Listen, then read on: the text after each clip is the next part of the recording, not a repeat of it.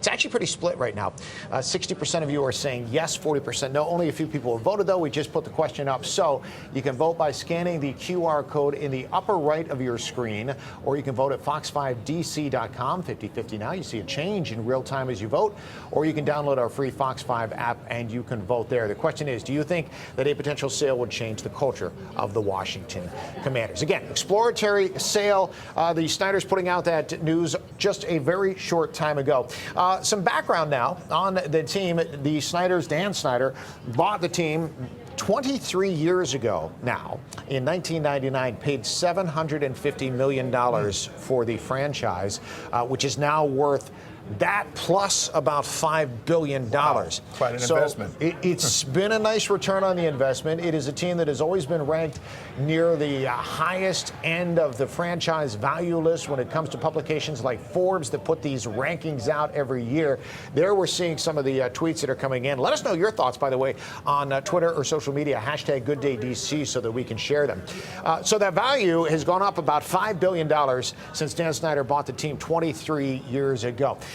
And wisdom, as we can bring it back here now, when we were talking about Dan Snyder and the reason why he might be choosing now to explore the sale of the team. We've talked about all the investigations that are going on. We've talked about what's happening with Congress. Tailgate Ted obviously reminding us about the report that will be coming down from the NFL.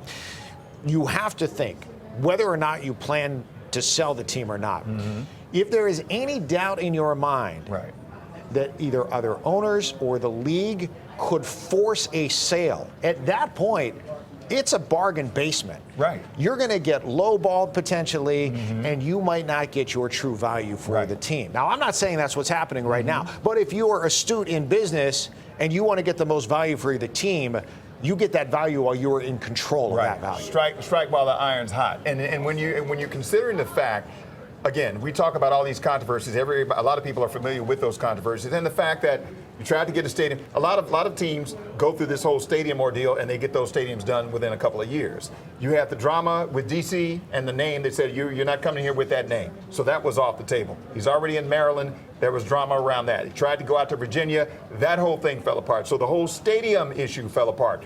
Still under investigation by Congress. The season didn't get off to a great start. Attendance is way down. Last year, they were 31st in attendance in all of the NFL. This year so far, they're still at the bottom of the league. Fans have been fed up. The money, the day-to-day money, when your fans stop coming to the game, that's another red flag. And then you had when Irsay, who put his name out there and face out there saying, it may be a good time to move on from this particular owner.